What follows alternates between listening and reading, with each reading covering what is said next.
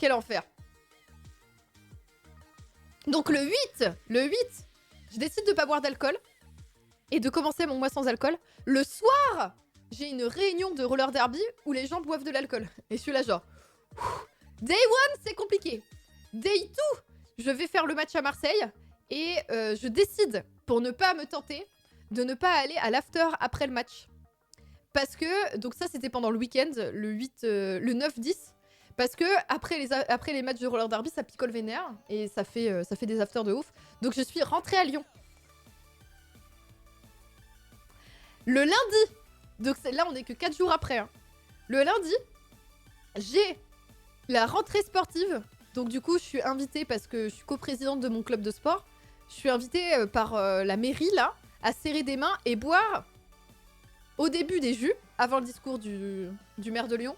Et après qu'il ait fini son discours, des bières et des cocktails et du vin, je crois. Non, c'était bière et vin. Gratuit. J'ai rien pris, j'ai tenu, j'ai rien pris. Mais en gros, les 2 premières semaines, tous les jours, il y avait potentialité de boire de l'alcool. Et là, je me suis dit, waouh, c'est chaud. Parcours du combattant, ouais, parcours du combattant, vraiment. Réunion d'équipe le mercredi. Réunion d'équipe dans laquelle, évidemment, ça picole. Je ne prends pas d'alcool. Bref, ça a été l'enfer. Le point culminant ayant été le fait que fin septembre, je vais à Paris pour une soirée Arte où Arte avait payé un cocktail et une bière par personne. Et à la fin de la soirée, il était 23h30 pour moi. À 23h30, il y a quelqu'un d'Arte qui dit il nous reste 20 cocktails qu'on a payés et que personne n'a bu, donc si vous voulez, allez-y. Et moi, j'ai fait ok, je m'en vais. Parce que déjà, les gens vont être torchés, donc ça sert à rien. Et je pense que c'est le moment de se casser en fait et de s'enfuir extrêmement loin de ce lieu où la tentation va être terrible. Ça picole? Je ne prends pas d'alcool? Oui. Et ensuite, le lendemain de ça, j'allais à Angoulême. Et donc, c'est de ça dont je vais vous parler. Je vais à Angoulême pour l'événement où il y avait Trinity. Et il y a plein de gens que je connais qui sont là parce qu'en fait, quasiment toutes les personnes qui étaient au Stunfest, toutes les personnes qui bossent dans le jeu vidéo qui étaient au Stunfest étaient là à Angoulême. Et donc, au début, j'étais en panique. C'est-à-dire qu'en gros, juste avant la soirée Arte,